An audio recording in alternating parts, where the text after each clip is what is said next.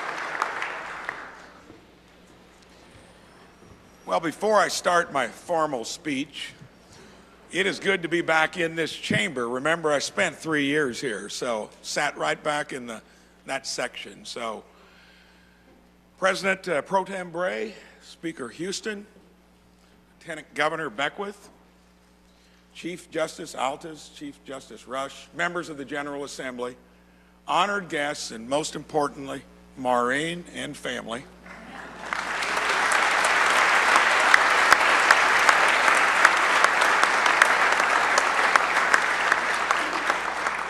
And my fellow Hoosiers, it's a real honor to address you here all tonight.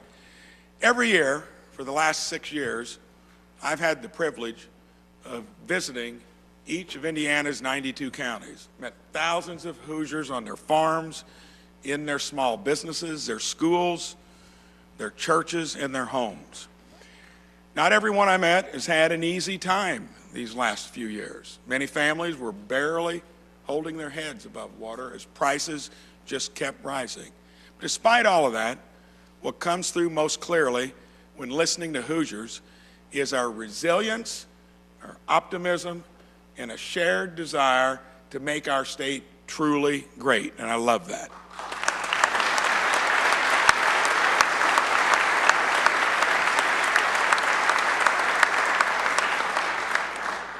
And I'm happy to say, with all those travels, the state of the state is strong because Hoosiers are strong.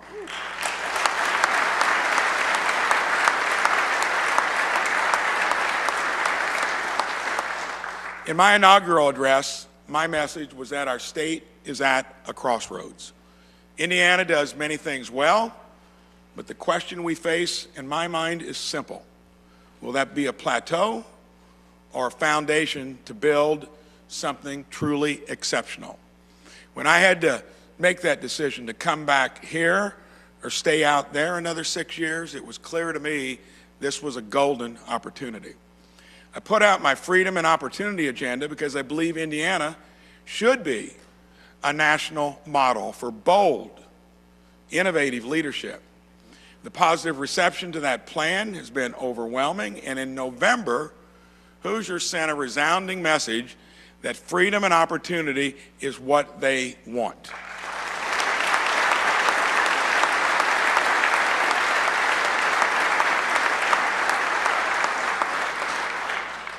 I believe the work of this legislature has put us in a position to achieve great things if we seize the opportunity and act decisively. Tonight, I'm going to outline the wins my administration has already secured for Hoosiers and legislation we can pass now to make life better for the people we have the honor to serve. And we're going to do that with your help.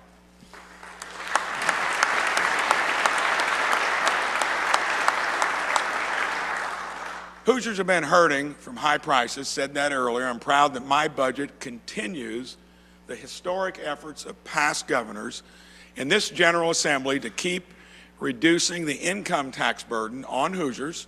Indiana's led the way and want to find new ways to continue delivering historic tax relief.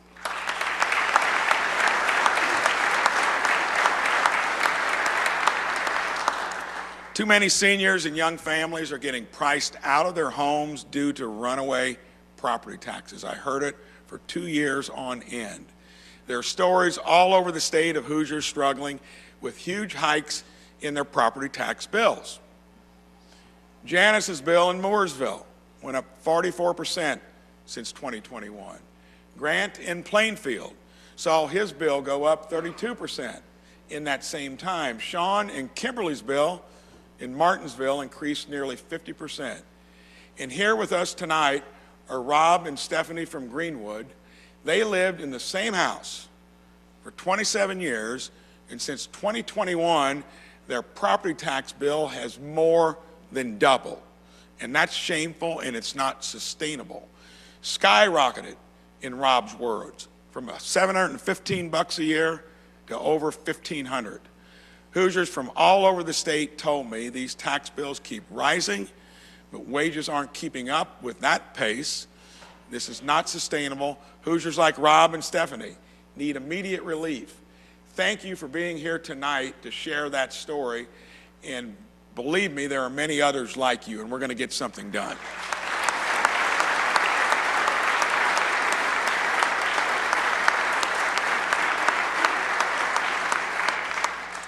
My plan is built on 3 priorities.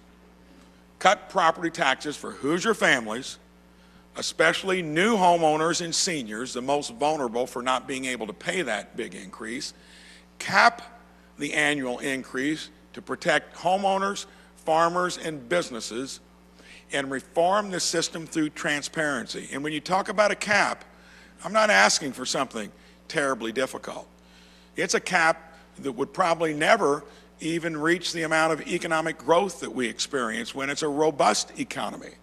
So there's plenty of room there to make sure that we exercise good judgment and don't be overbearing to the taxpayer. It'll have an impact on local governments, and I realize that.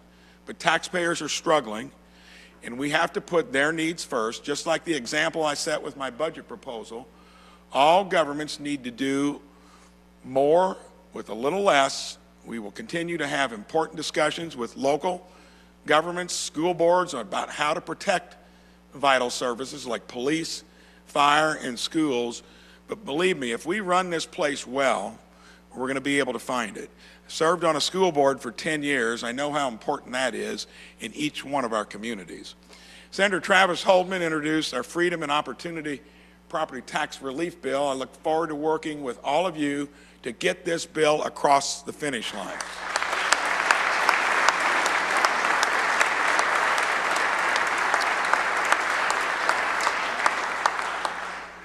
Hoosiers sent me here with a clear directive that this cannot be ignored. And while we're at it, let's give seniors on a fixed income some more breathing room with tax relief on their retirement income. What do you think about that?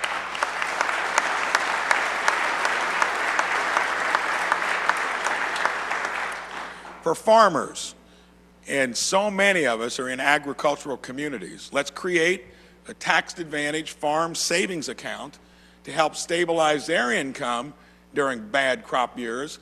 And let's address our aging ag workforce with a tax credit for retiring farmers passing their farms on to the next generation. They need that help.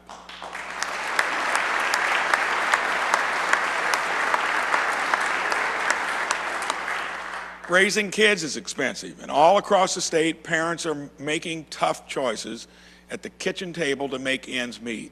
Every Hoosier family and business had to tighten their belts over the last 4 years. It's time that our government does the same thing, and I'm going to help you all accomplish that.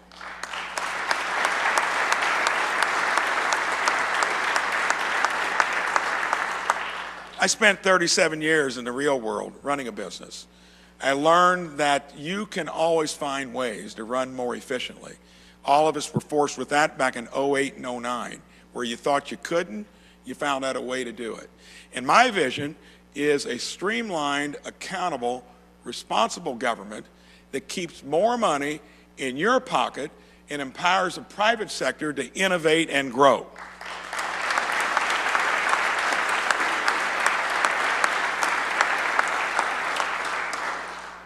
We've already taken action to make our government more efficient and accountable to the people. I directed my agency leaders to find cuts in their departments and signed a directive to cut at least a quarter of government regulations. Those stack up over time and sometimes are more painful than taxes that are too high. So I'm asking you to do that. We replaced the political DEI ideology with a level playing field of MEI. I know it's been a sensitive subject. Merit, excellence, and innovation. Diversity.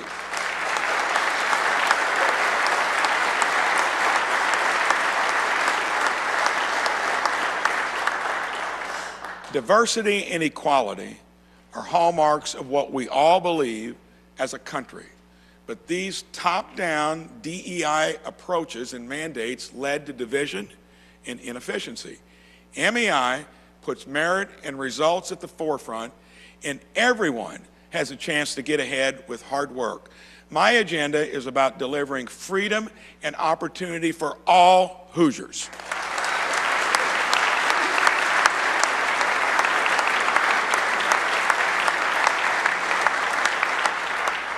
I did direct state employees to come back to the office to improve productivity and collaboration. Come back into work, please.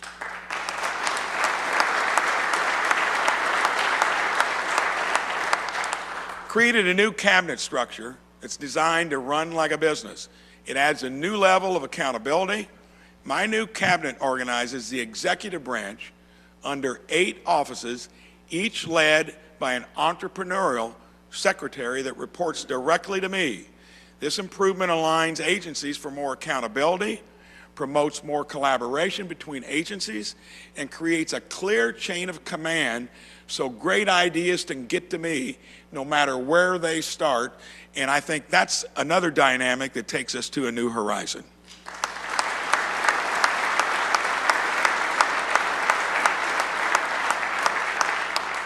I know it works. I ran a company like that, giving big latitude to energetic employees. They'd bring me good ideas all the time. That same analog can be here in government. Tonight, I'm inviting legislators to work with me to identify opportunities for efficiency, and many of you have already done it, and I thank you for it. You were texting me 6 to 8 months ago, and I knew you were eager to do some of these things in our own government. Together, we'll create a more accountable and responsive state government, and you can count on that.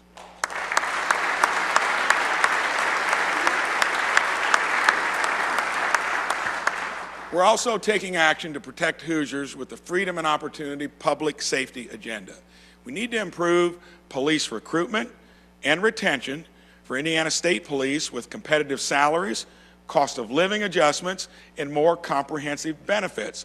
They put it out there on the line every day, and we need to make sure they're well paid and they're wanting to come in to that job, and I'm going to try to make sure that we get that right too, and across other law enforcement agencies as well.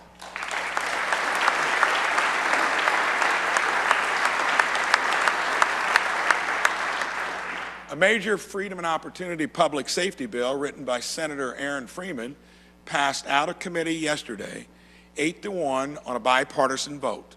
This bill increases penalties on fentanyl in meth dealers, raises the price for targeting police, the consequences, and adds mandatory minimum bail for repeat violent offenders.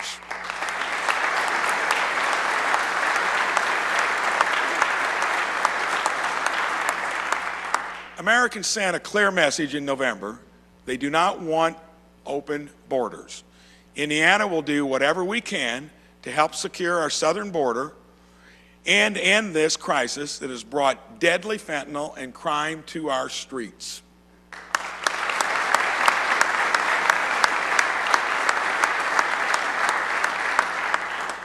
Unchecked illegal immigration brings serious risks to our communities. In September, an illegal alien stabbed a 14-year-old girl with a butcher knife in a random attack in Lowell.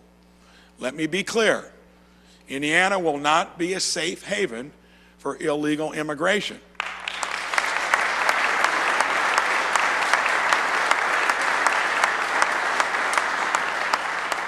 And as the Trump administration begins to return illegal aliens with criminal records to their home countries, we will assist. A state should always put the safety of its own citizens first. I think we can all agree on that.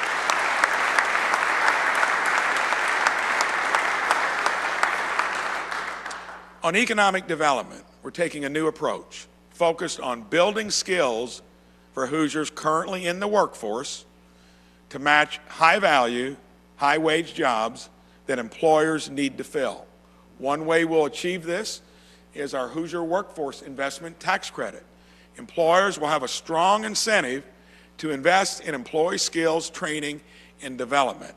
We're structuring the Indiana Economic Development Corporation to spread the benefits of economic development programs across the state and expanding their mission to focus on existing employers and building on what other agencies are already doing.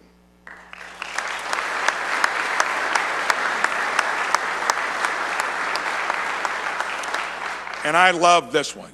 We're creating an Office of Entrepreneurship and Innovation focused on Main Street entrepreneurs backed by their family, friends, and communities, not just businesses backed by venture capital.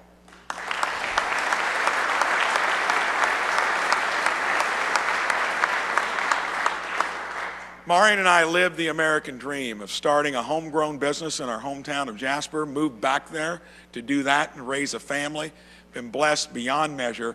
I want every Hoosier to have the opportunity to live that dream as well.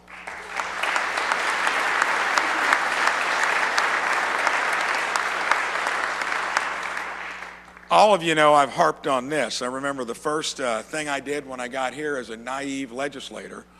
Thought that I could get things through committee and could take on the healthcare industry. Well, that was a hill too steep to climb then. But since then, fixed it in my own business literally 17 years ago. Don't have time to go into that now. Any of you not had a premium increase in the last 17 years? Well, maybe come check that out. I'll tell you how that can work. It can be done. Healthcare premiums and drug prices keep going up. Many Hoosiers watching tonight are wondering how they're going to pay for the care they need. Far too long, this issue has been seen as too tough to tackle because of entrenched special interests. Hoosiers pay some of the highest health care costs in the country, but we don't get the best health care results in return. Based on experience taking on this issue in my own business, as I referred to, I developed my Freedom and Opportunity health care plan to lower prices, improve access, and promote innovation in the industry.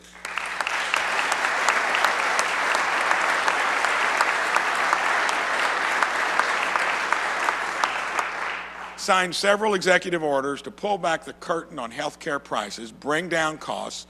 I directed our state agencies to bring full price transparency to health care services so Hoosiers are empowered to shop around with clear, upfront prices.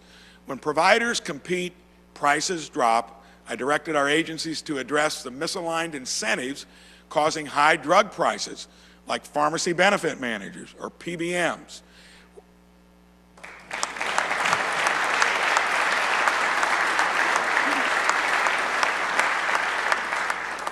I'm so rambunctious, I didn't even stop for an applause line. So, we're also leading comprehensive audits to find waste and abuse in our own state healthcare spending.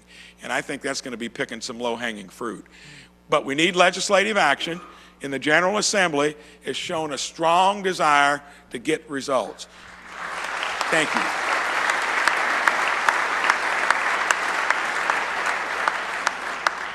I can tell you it's going to be a difficult struggle to do that in the place I just came from. But the state that figures that out, and hopefully with the help from the folks in the business, is going to be the best way to prevent it from getting even worse. And that is something most have never taken on, and I feel that we can do it. And I'll show you a few examples of what's already in motion. State Rep Brad Barrett introduced House Bill 1003, a bill that will require historic price transparency, stop anti-competitive practices driving up prices, and put an end to surprise billings.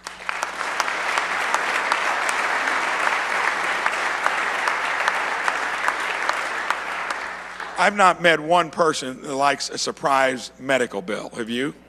No. With us tonight is Melissa from Ossian up near Fort Wayne. After Melissa got a yearly physical, routine blood work, she was shocked to get a bill for $1,348. Anybody would be. She had good insurance, always paid the $35 copay for testing or yearly checkups, spent hours on the phone with insurers who would say it's covered, and a provider who would tell her, work with the insurance company. Sound familiar? Well, that ended up being a $305 bill that should have been probably a third of that, and it didn't feel right that that was a good resolution. Melissa, it shouldn't feel right. We're going to try to fix that.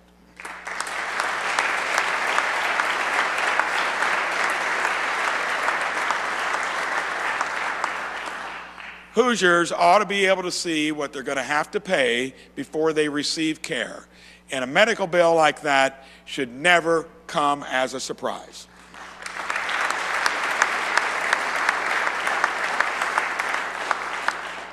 Let's pass House Bill 1003 and reveal prices, fight health care and fraud, and finally end surprise billing once and for all. And thank you, Melissa, for speaking out and advocating for lower health care prices for all. And more of you need to do that, and I appreciate it.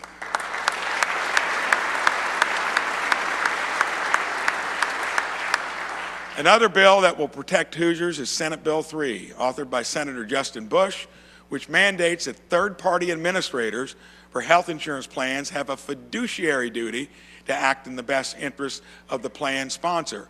State Rep Martin Carball's House Bill 1004 will make sure nonprofit hospitals actually act like nonprofits.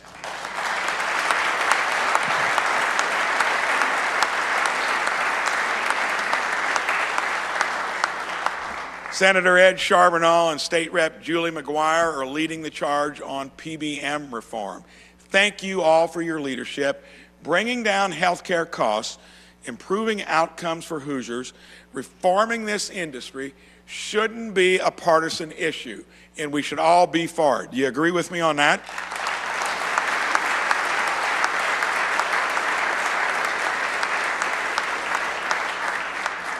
On education, Indiana got some good news this morning in the nation's report card.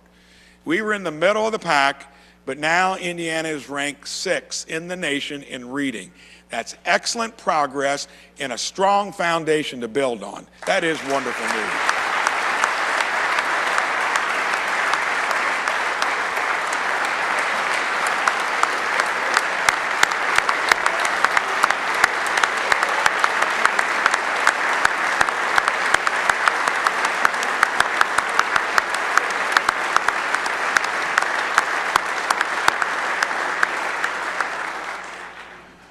I was a school board member for 10 years, and I'll never forget how I got on it. My wife has been so involved in our community, and she thought she would be the better prospect. and I could hear the conversation, and she said, finally wrapping it up, "Bernie, I've told you politely I can't do it, but maybe my husband would be interested." That's how I got on the school board. And I can tell you, for anybody wanting to entertain life in the public arena, get on the school board and you'll see if you're cut out for it. So, did it for 10 years. It's so important. It's half our budget, another 15% on post-secondary, so we got to get it right. And I know the challenges our schools face. Everything I do on this issue will always be based on one simple idea. I like simple principles. Parents are in charge of their own kids' education.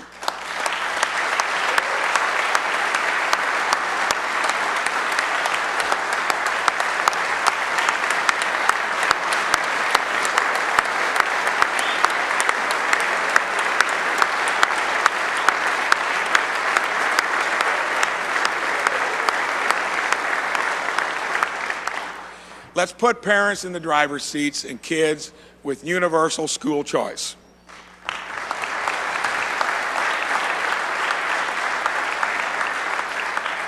And thank all of you for mostly getting us there already, so kudos. My budget proposal has a plan to get it done, and with your help, we'll win this historic victory for Hoosier parents and kids. Let's increase teacher base pay to attract and keep great teachers.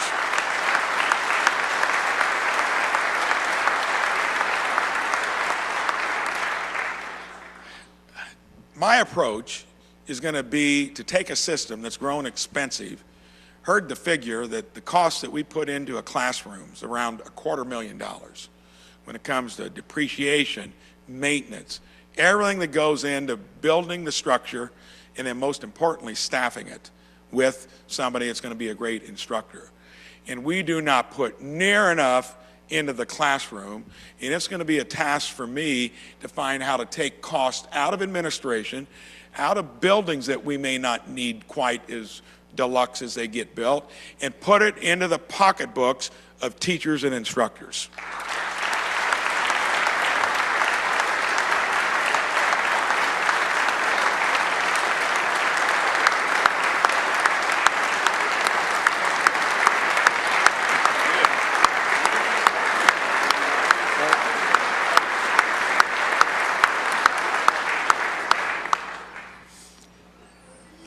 Senate Bill 146, authored by Senator Linda Rogers, will raise the minimum salary for public school teachers by $5,000, make sure that 65% of the tuition is going to support teachers. So that's going to be a good place to start. We need to get that across the finish line. Let's pass House Bill 1637, authored by State Rep Steve Bartels, which establishes the Office of School Safety, called for in my Freedom and Opportunity agenda to protect kids. And we can't forget that education is also workforce development. There are programs around the state where students can get hands-on training in manufacturing skills, get engaged with Indiana companies that are up hiring now, and even earn some money. Tonight in the audience, we have two instructors from the 4T Academy program in Southern Indiana, Rick Gilmore from Princeton Community High, Gabe Golba from Bosse High School. This program is a partnership between high schools and Toyota, and students have launched good paying careers directly from the class. 38 4T Academy students have been hired by Toyota in production roles, and 15 started careers in advanced manufacturing. This is a model we should replicate across the state. Rick, Gabe, thank you for your work to teach real-world skills.